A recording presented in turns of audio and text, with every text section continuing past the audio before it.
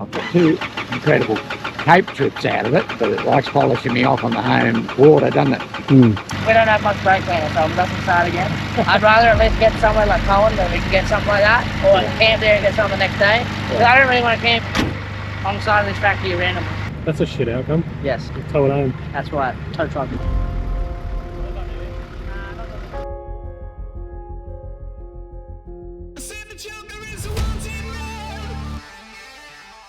Welcome to the rugged and remote top end of Australia, Cape York. Tucked away in far North Queensland, this is the ultimate off-road adventure, and there's nothing else in the country quite like it. Last time the crew conquered the iconic old telegraph track from start to finish and pushed to reach the northernmost point of Australia, only to be stopped by massive delays after the ferry broke down. Now in this episode, we're heading back south, tackling the legendary Stones Crossing and Frenchman's track, but things start to go downhill fast as Dad's 3-litre patrol begins to play up, and eventually everything goes wrong. Proudly supported by Opus, Ultimate 9, Superior Engineering, GME, Tie Gear, and in part by... This is a massacre. Yeah, that's right. So today we're starting off the day with eggs. If you just have a look at... They're sticking to a non-stick pan, that's a new high score. If you have a look at this, I'm a bit concerned about how the day's going to go, because you can't get much of a worse start than this. The day's plan, what are we doing? New track today that I've never done before. That's exciting. Stones Crossing. Some eggs on toast for breakfast and we were off for the day. Stones Crossing track begins only a couple of minutes south of Bramwell. It's about 9:20 in the morning and we're taking off on Stones Crossing track for the day. Never done this one before, so it's always good heading out into the unknown. Pretty exciting. It's looking fairly overgrown. I think it's had minimal use so far this season. Been recommended that it is fairly difficult with a trailer just because it's quite windy and tight, so should be in for a fun day. We'll see how we go.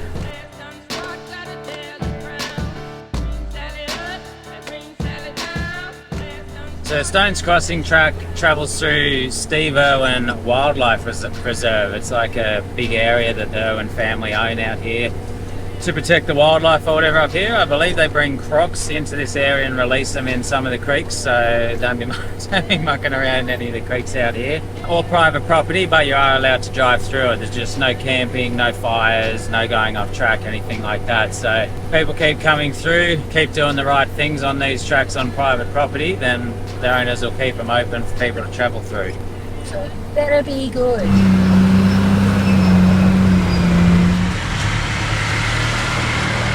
Second little creek crossing, drop down into quite overgrown, big jungle, luscious. Nice and slow, first gear low with the trailer and car. Nothing too challenging so far, but a beautiful drive through the bush up the top end of Australia. Not too much further up the track and we spotted some wildlife.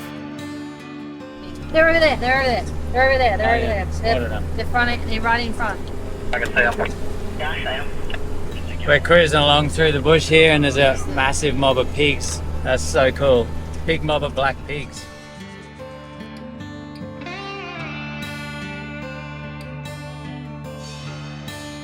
It's very overgrown, very windy. Gonna have sore arms by the end of the day steering the trailer through it. I actually feel sick. But it's very nice bush and land out here. Really feels like you're far out in remote Australia. It's a really nice drive. Looks like we got ourselves a proper decent crossing here. It's a fair drop in and then a bit of water out there. We won't be walking that because there'll be too many crocs in there. You know this whole Steve Irwin Wildlife Park? Pretty sure the whole point of it is they rehabilitate them that thing, drive out here and drop them off. Well, that's what I was told. I was told when we do this track, don't walk any of the crossings because they put all the problem crocs in there, they relocate. Berto's called 10-minute fish break before we drive through it. First cast, mate, didn't have time to get the camera out. What did you get? I know, little fella. It's a big lure too, so it just goes to show you, mate. That's the same size as him. The boys had a few casts, pulled a few smaller fish out, but nothing we could keep to eat. There's over 270 known crocs in the Steve Irwin Reserve. There you go, you heard that. 270 known crocs in the Steve Irwin Reserve, so don't be mucking around out here. A couple of small fish, but nothing we could keep. We're gonna keep going. We won't be walking this crossing, I'll tell you that.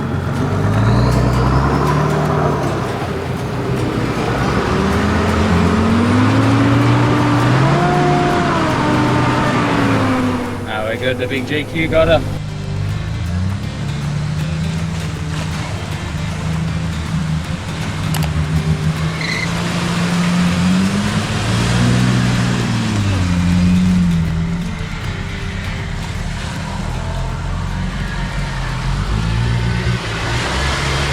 We were all successfully through the croc-infested creek.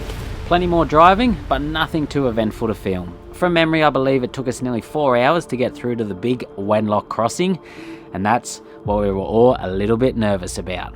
We knew it was up pretty high, a local croc lives at the crossing, so you can't really walk it, so we didn't know if it was going to be crossable until we got there and had a look.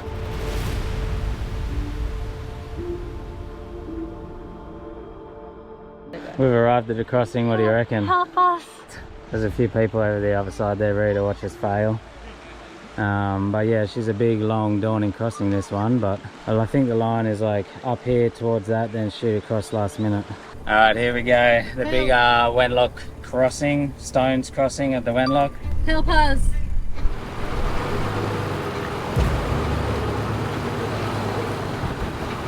Never done this before, not fully sure on the line, but both lockers in and so here's maximum. Are we floating? I'm shitting myself We're here. not even in the bloody water yet, really.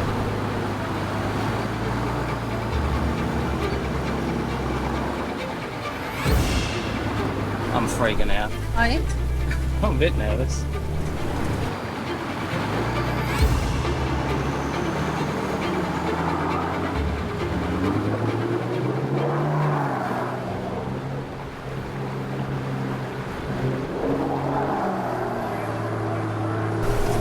Oh, my heart was racing.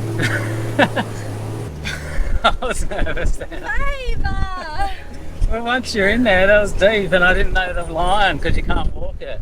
I'm the first car across, and I got a bloody trailer on the back. Yeah, that was a lot. The OP2 floated pretty badly behind the GQ. You can see it just do a full sideways drift.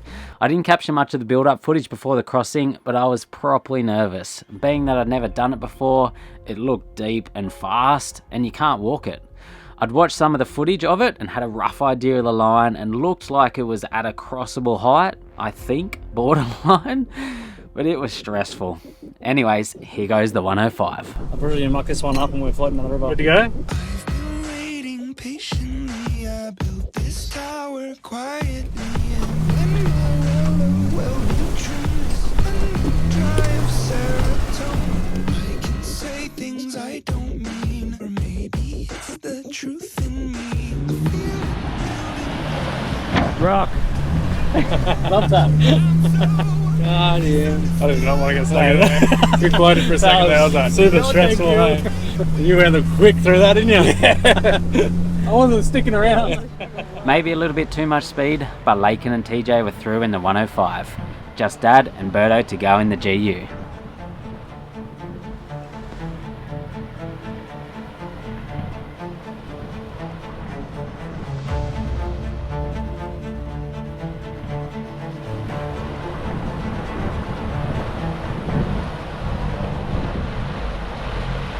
Oh.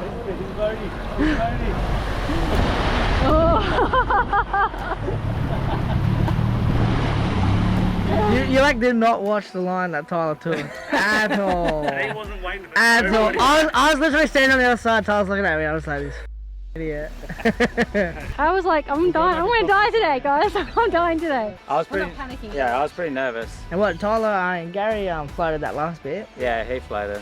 Oh man, everyone was stoked to be across the other side. One of the most rewarding things of challenging four-wheel driving. The excitement and feeling of accomplishment when you make it. Anyways, we cooked up some noodles for lunch, relaxed on the edge of the river and had a fish. A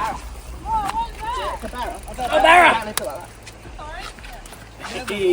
at that, mate. Fish taco. TJ's caught himself a barra. Are you on? Look at that, mate. No barra. Fought pretty good. Look at that thing. Unfortunately, we couldn't hang around all afternoon fishing. The plan from here was to make our way out to the west coast for sunset and camp. I'd never been to any of this area of Cape York, so it was all new and exciting.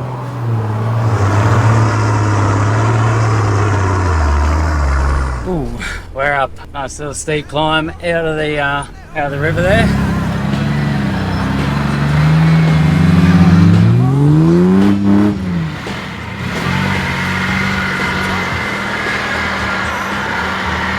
Made it out the other side, Stones Crossing Loop, approximately 67 kilometres. We did it, guys.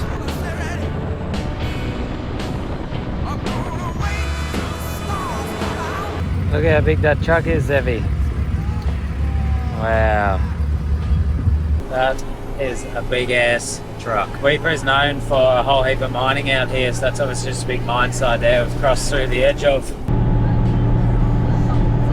It is.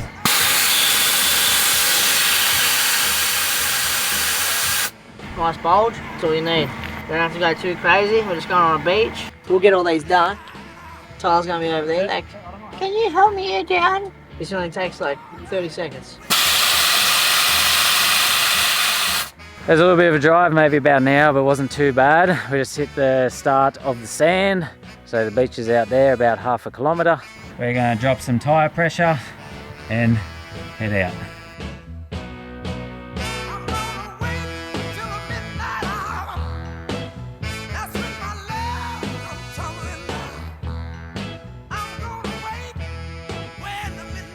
It's coming up 6 o'clock. We have made it to the beach. First time ever being over this west coast, up Cape York, the top end of Australia. Unfortunately, it looks like it's going to be too cloudy to get a sunset this afternoon, but that's all right. It's beautiful to be down here on the beach and coast.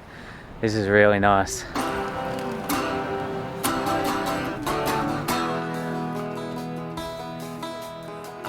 It's a bit wet, guys. Hold on, they're coming.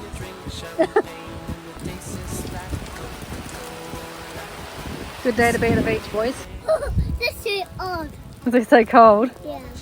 You get all that in the middle of the rain and it's gone. That looks cozy in there, actually. The Overs does have an awning on it. I tried to bring it, but Demi said Oh, listen to it. That's a lot.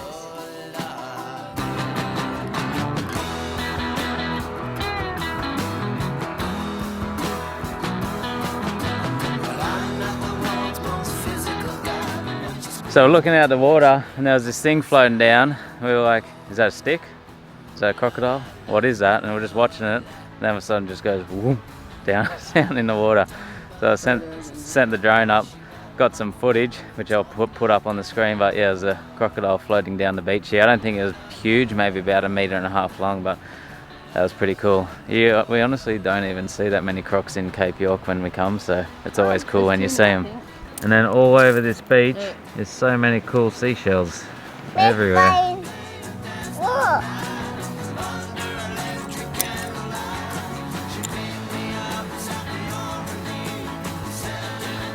Look. That's that. What did you find, Zeffy?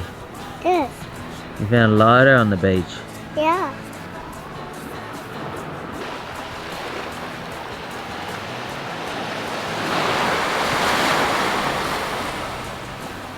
What did you think of that? First time seeing a croc in the wild. Mom. Was it as terrifying as you imagine? It was only a baby, but now there's two, so there's definitely two out there. We've been collecting treasure, Zeph. We got 8 coconuts and a bunch of lighters. Was that fun collecting treasure on the beach? The plan this morning, we're just going to cruise off this beach, back up to the dirt road. We'll put some air in the tyres and then we're going to send it into Weeper, grab a few groceries and things. And then we're going to head out to hit Frenchman's to Savo.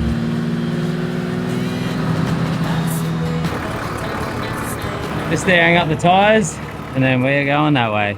We headed into Weeper to grab fuel, food and supplies. Unfortunately, the problems of Dad's patrol were about to begin. Made it to Weeper, grabbed some diesel. It's 226.9 in Weeper, so not too bad, only just over what it normally is. Got fuel, got a few groceries in there at a little grocery store. We were going to go to Woolies Weeper today, but turns out they don't open on Sundays. We're about to leave, but Dad's car is broken down over there, it won't start. Getting fuel. Dad's car's been getting a bit lazy at the start of the morning. We thought it was battery, but now she's not starting at the servo. So you got the Ultimate 9 code breaker on to do a little scan, see if it's throwing any codes. Could be, what, another little fuel thing or something, maybe. Getting fuel, like decent fuel pressure.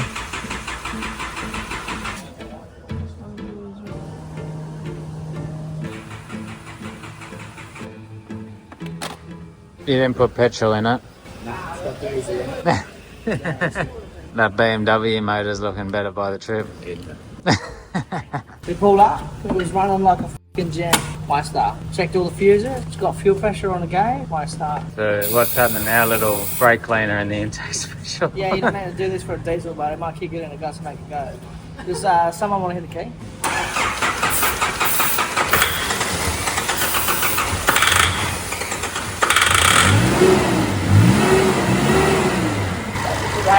You don't need to start with a brake cleaner. Diesel is really slow to burn, and this burns like really fast. So diesel's compressed, and then this burns like starts burning while the piston's still going up. So it's like fine and hot, I think help you a little bit. So we got it going on brake cleaner, but why do we have to do that? We need to try and figure out what's going on with it.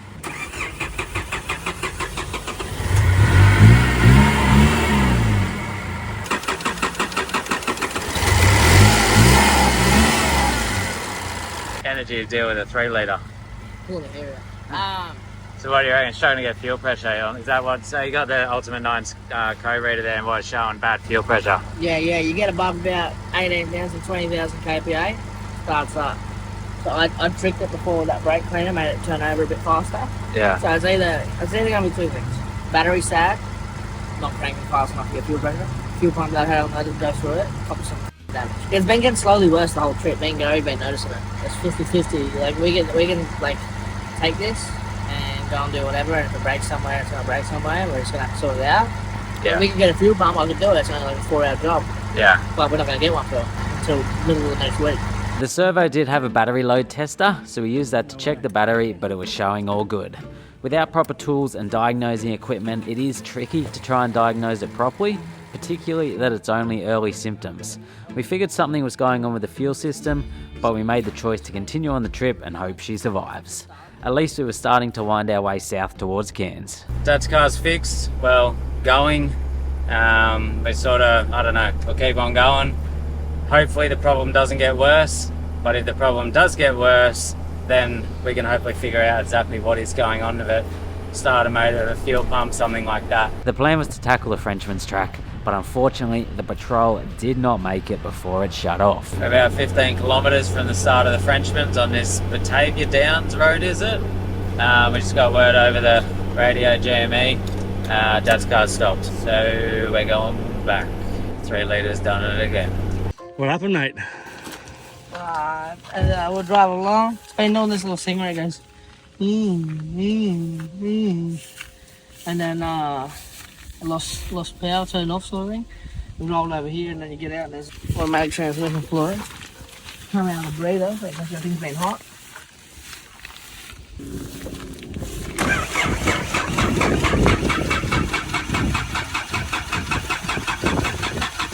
Bye. Hey, you know what happened? Yeah. We were going to get fuel in Cooktown 12 months ago and run out on the edge of Cooktown just short of the garage. This trip, we got to the garage in Weeper, wouldn't restart at the garage. Where do we go to next year?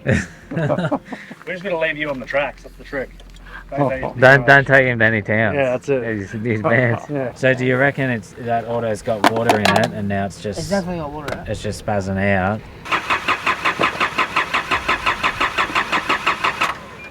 Did it throw any codes? Fuel pressure regulator performance, fuel system leak, Detected large leak. What the hell?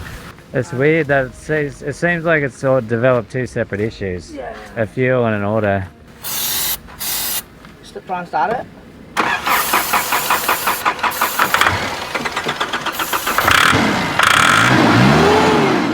The auto was slightly milky, a little bit of water in there, but nothing drastic.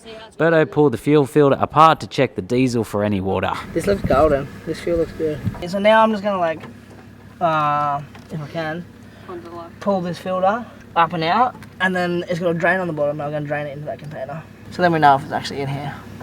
If not, no idea. Back to square one, mate. It's weird that it's saying major leak and then like there's no leaking fuel. It means it doesn't have the pressure it wants up at the rail. No, that's why it thinks it's a leak. Because like it doesn't actually know, like it can't go, hey, I'm leaking right here. It just knows I'm missing some pressure. All right, so I'm gonna need you to do 12 jumping jacks. I need you to do 12 push-ups, and then at the end, I need you to say, bippity boppity.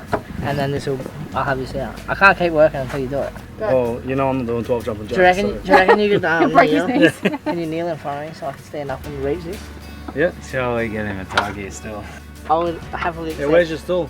It's in, back of you know where it is, on top of our luggage bags. Got this for the little guy.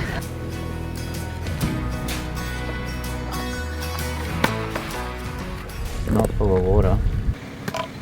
Oh my god. It's broken now. I'm covered in diesel, everything's slippery. Turn that thing off. Showing everyone This is the truth. what the real Birdo's like.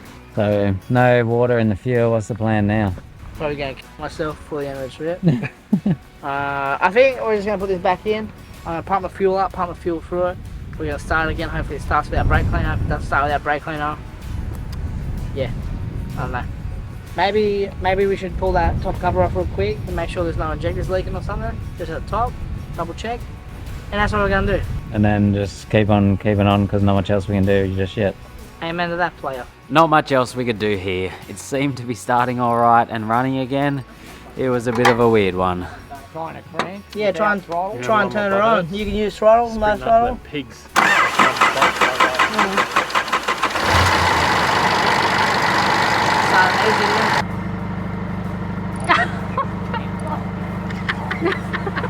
I was just looking for maybe a leak back here. Absolutely nothing.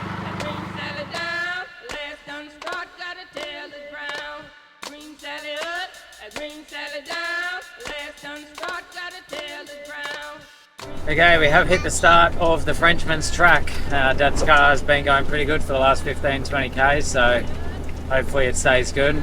You excited for the Frenchman's track? I got no idea what it is, but sure. She's keen. Frenchman's would be my second favourite track in Cape York, I reckon, after the old Telegraph track. So we've got the Wenlock, the Pasco, a couple of big river crossings and a few fun obstacles in between.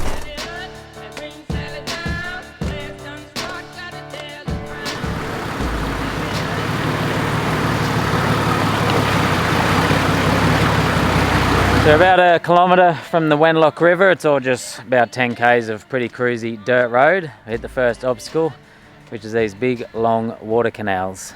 Here you go, we'll just put both lockers in because I'm first vehicle and I don't know if it's soft or what it's like. And we'll cruise on in, see how we go. It's pretty deep.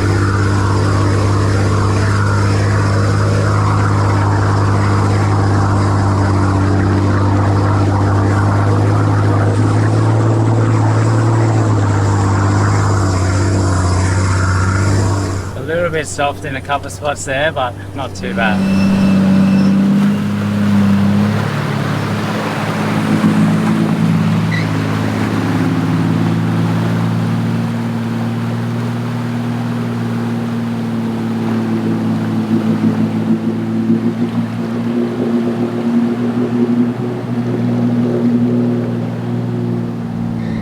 Got a swamp crossing early, Frenchman's here. Yeah.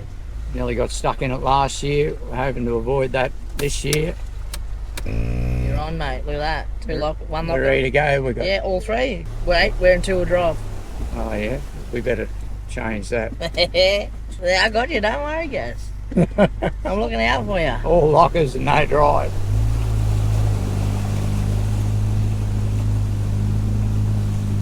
Nearly got stuck in here twice. That Yeah. would have been a fucking doozy, wouldn't it? And we're through. We're through.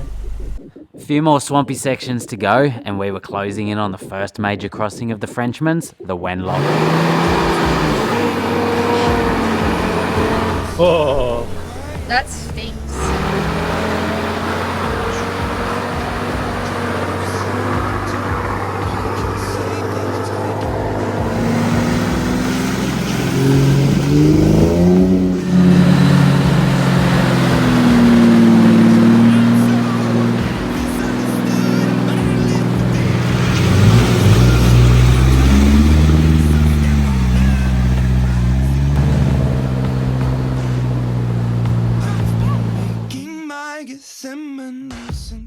Now we've got a very steep descent down to the river here. Just got the rear locker in to help maintain that stability and control.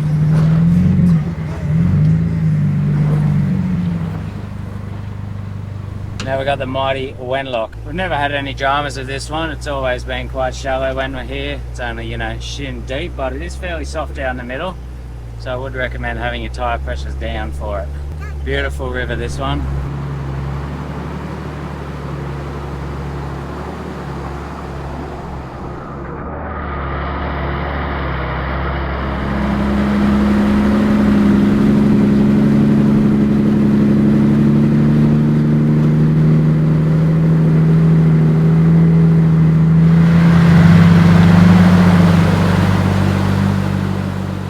The Wenlock was nice and low when we crossed it, no dramas at all. The day was getting on though, and we were on the lookout for a camp spot.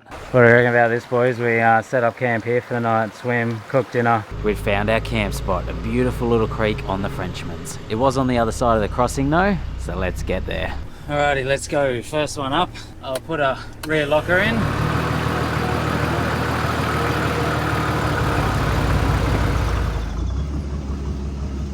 Pretty tight in here. The camper's just dragging on the bank, so I just got the handheld jam out. I'll get a little spot. We quickly worked out that way was too tight with the camper. We tried to back it out, but I was on a bad angle now and the camper was just jamming into the bank. So I was out with a winch on the cruiser to realign the OP2, and then we could try option 2. The easy option didn't work with the trailer. There is an easy option over there, a couple 100 meters, but they said just try the hard option. This is Tyler Thompson. Hey, we're extreme adventure. This isn't True North Adventure.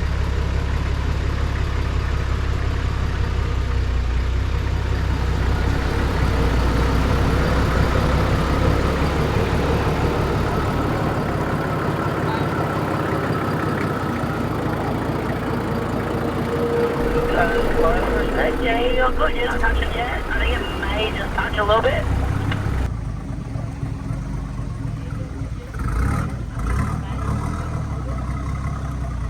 No, you're good. You're good. Keep driving.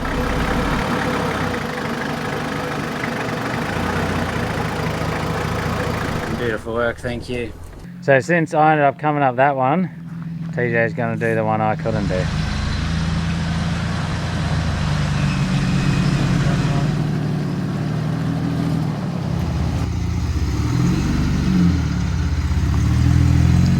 Definitely a bit easier without the camper trailer on the back. I will say though, this is my third time doing Cape York, and doing it with the Opus camper this time has added a whole new challenge and an element of unknown which has been great. Dad was up in the GU2 and it was time to set up camp for the night. Dad and Berta are over there doing a bit more diagnosing on the 3 litre. It's running fine, but as soon as you turn off it hates starting again. Berta says fairly confident at this point that it'd be the fuel pump playing up, wearing out after it had the petrol go through it. Probably, you know, just drastically reduced its life. Anyways, we've got all the vehicles set up just on top of this creek here, and we're going to get camp set up and then go for a swim.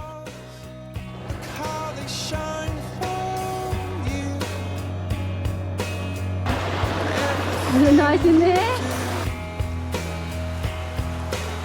Hey guys, back with another video. Debbie and Daddy.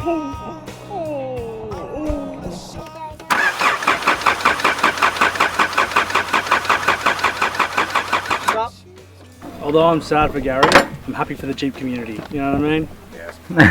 Now we both know what it feels like. It's annoying when it's like something's broken and you don't know what it is. All I can say, this is why we like TD42s. Yeah, ready? Watch this. Imagine. Imagine that kicked over. So we'll brake clean, start in the morning and keep on keeping on.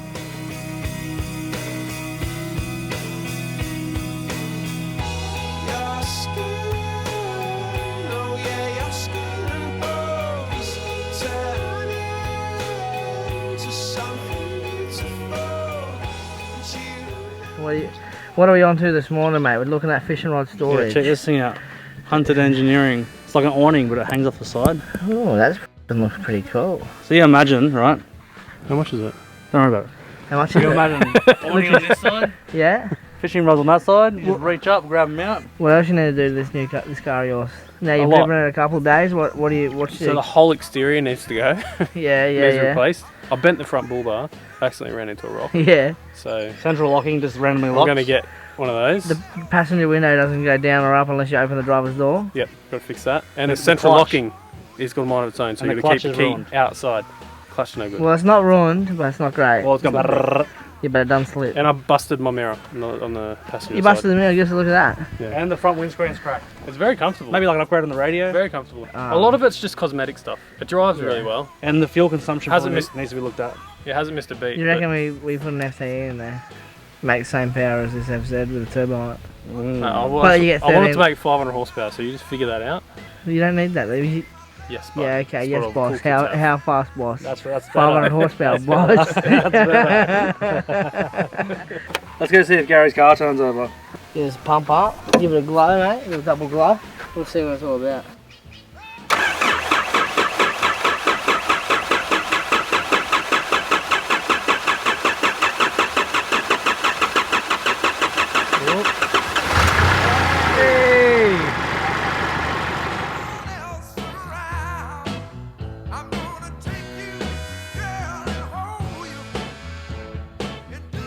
Beautiful little camp spot there last night. Had a swim at that creek this morning, and now we're heading off, continuing on the Pasco. Not the Pasco, the Frenchman's, and we're heading towards the Pasco.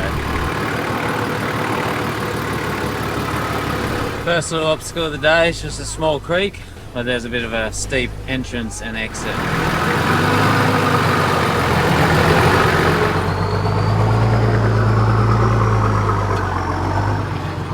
This thing did start up cold this morning. I don't like its future, but its present's the most needed thing right now. Hopefully it gets us down around Cohen or somewhere today with any luck. That's what I'm sweating on. I think I may have damaged that fuel pump in this thing when I loaded it up with unwanted 98 unleaded it. Silly mistake, bad day for me. Anyways, nothing we could do about it now. We were all just praying it will hold on and get us back down towards Cairns. This is where Dad got bogged last time, remember? You can see why, it's all just full of silt. Yeah. He says I can't get camera footage. What did I just do? I did it. Stop zooming in on me. Hey Jeremy, how's this track so far? Oh. What do you reckon about it? Bit moist. A bit moist? Bit moist. Not the good sort of moist? Well, Could be. could be. Let's get the boys to come through. Come on. Yeah, boys. Come on. Come on, come on.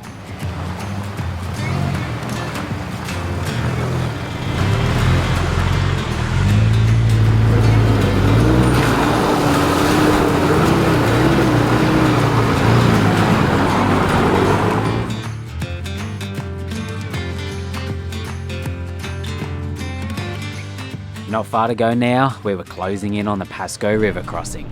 Generally considered the hardest obstacle on the Frenchman's track, deep and fast flowing water.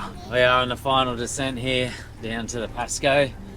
It's a little bit steep, rocky, rutted. Nice slow crawl down through here, first gear low. We got the Predator tyres down about 15 psi, so you can see them bagging out on the tyres of all the way to the GQ and camper set up on them. Each vehicle is going to change with tyre pressure depending on, you know, what tyre you're running and the weight of your setup and that.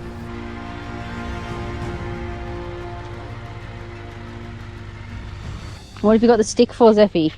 What? Test the water? Yeah. Nice. What do you reckon? That's a river, mate. That's a river? That's a real river. What do they call that one? They call that the Pasco The Pasco, mate. What do they call that for? because it's impassable. That's just its name. Mr. Thompson, we're going to do a quick walkover. Yeah, so look, we made it to the Pasco. This is probably the biggest obstacle on the Frenchman's. Debatable whether to walk it or not. There is crocs in the Pasco. Unlikely to be here. I can see. There's no crocs there. You don't really know if there's crocodiles because, like, the whole point of crocodiles and not knowing they're there is because they're good at, like, Good at hiding. not showing Listen, themselves. Polly is a trained professional. What does that think? Think? We'll walk across because we got a depth check and see if I'm going to float across there with a camper. I don't reckon we need to do that though. I don't know. I don't reckon you need to check.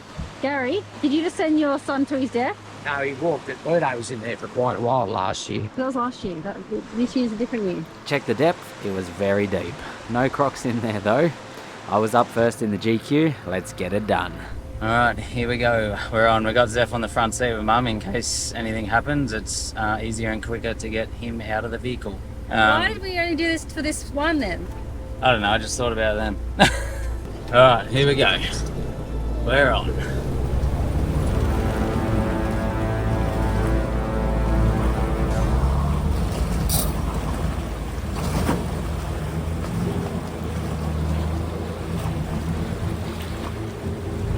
Wow, it's coming in. It's coming in. Wow.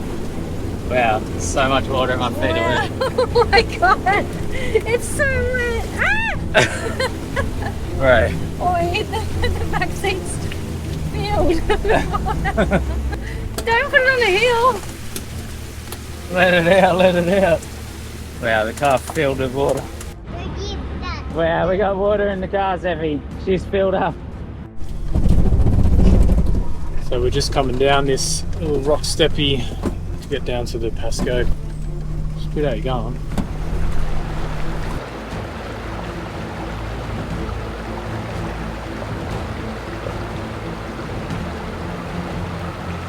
Pretty deep.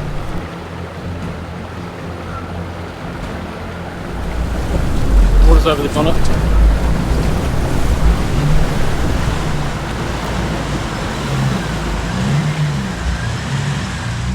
GQ and 105 both across. One more vehicle to go, Dad in the GU. There's 2 trucks across. Mine's coming, all being well. Get some lockers on here and the grovel begins.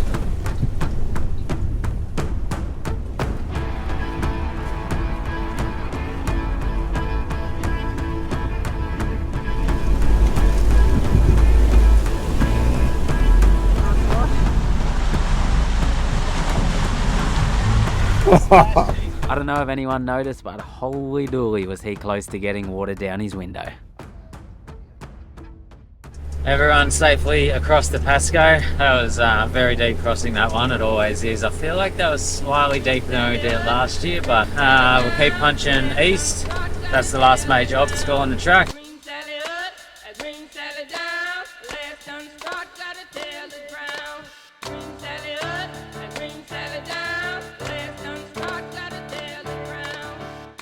The scenery as you come through this final few kilometres of the track, well, it's very, very corrugated, so it's quite bumpy, but the scenery is bloody spectacular. You got like all these cool mountain ranges all around you, and it's kind of a bit cloudy and moody. It looks amazing. That is, the Frenchman's done. We've hit the end of the track. That was a whole lot of fun. The main road is just there. We're just chucking a little bit of air in the tyres on the vehicles. The last few days, I'll quickly show on this map where we've been. So we were up here at Bramwell Roadhouse. That Stones Crossing track came down, we across the Wenlock River, came out, camped at Pennyfather River area over here on the beach. Came down into Weeper, and then we came across here, across this Batavia Downs Road over here, hit the Frenchman's, and then we followed that along, and now we're at the end. Now we're going to head this back along here onto the main road. And then we'll start following that down in here. We're going to head over towards Cooktown and stuff. Not too much further up the road you do cross the Pasco again, where we pulled up and had some lunch, ready to begin the big drive south. Unfortunately, Dad's 3-litre patrol had other plans. We didn't get too far down the road from our lunch stop and Dad's car's playing up again. What do you reckon is going on, Berto? We're driving, and it sort of sounded like we went up the hill and we heard like a just like that. Sounded like a burst leak. So I thought maybe the EGR pipe has come loose. Maybe. Do you reckon that could be what's causing all these problems? Yes. Berto did some investigating, found the dump pipe was missing 2 out of 3 bolts and loose, tightened that back up, but wouldn't really, unfortunately, explain the issues we were having. It seems to be just all different things going wrong, making the whole situation more confusing. Correct. Welcome to the life of a mechanic. I'm just using it as headrest. Oh, sorry about that. That's another assault charge. I'm gonna have to have 16 paid weeks off. At double the pay rate. And then once that's over, I'm gonna have mental damage. I've already got that. Trauma. I've already got that apparently. I wasn't here when I started.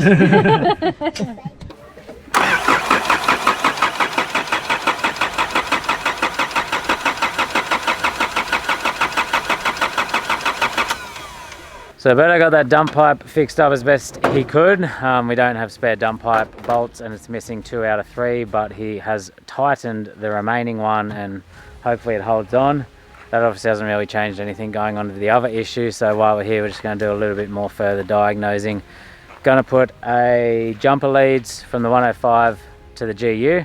See if it's a starter motor / battery issue. We know it's not the battery, but it could potentially be like an earth strap or something's gone bad, or the starter motor. So if we give it a bit more juice and it starts up, we can probably go maybe it's starter motor. Check a lot of stuff, and there's only so much you can check out here.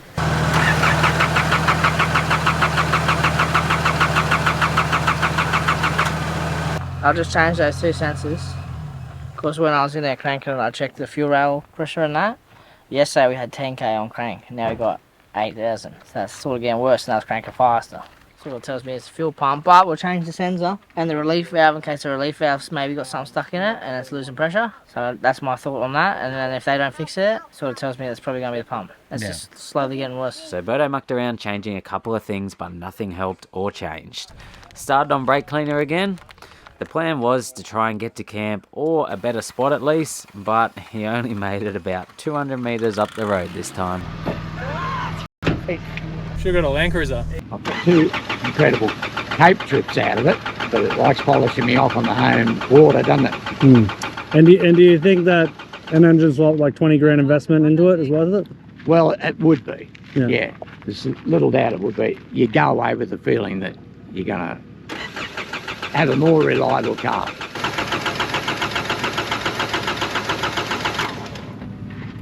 Damn. We don't have much brake cleaner, so it doesn't start again. I'd rather at least get somewhere like Cohen that we can get something like that, or camp there and get something the next day. Because I don't really want to camp on the side of this factory randomly. We tried a couple of more times, but we were getting nowhere. Only a couple 100 metres each time up the road before it would turn off. Can't park there, bud. Can't park there. 20 metres up the road. What happens, Effie? Their friend's car broken down again. Yeah, and you say you can't park there. No, it bought there, Dad.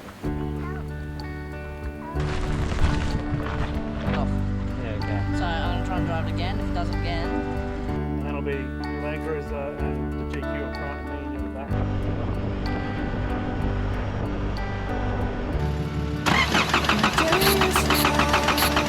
I reckon the fuel pumps. That's a shit outcome. Yes, Tow it home. that's right. Tow truck. Tow truck home. We're gonna get a winch extension, and we're on a bit of a bend and a dip. It's not really a safe spot to be on the side of the road, so we're just gonna get the rope. We're gonna tie him up to a nice flat spot off the road, so we're safe.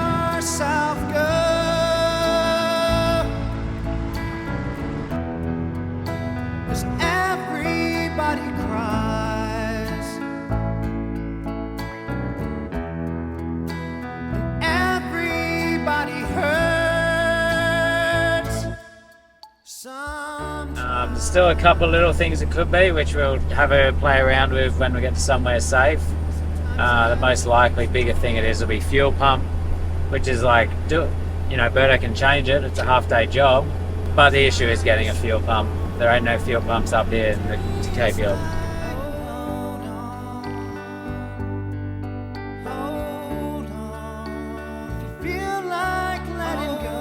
I feel bad for Dad. This is the second big Cape York trip in a row now. This 3 litres gone bad. The other thing I forgot to say too is it's currently idling, like it's running, and if you just leave it idling, it runs fine. It's only when you're trying to accelerate and get up hills that it's dying. So at least Dad can be driving it with it idling, so he's still got full brakes, power steering, all that sort of stuff. How do you idle it without do you put it in gear? No, it's just in neutral. How does it move when it's in neutral? It's being towed.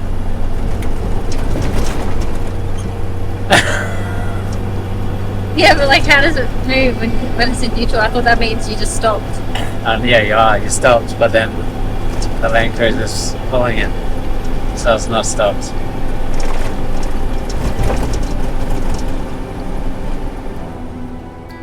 Well, everybody hurts, but sometimes everybody cries. XRS. don't know, it smells that well, but it smells. Without this, what would I do? What would you Where do? would I go? How would I communicate? I wish you could show me the front of it and not the back of it. Oh, sorry. You want you to take a look at different aircon. We're halfway there, guys. 37 kilometers to go. Let's go.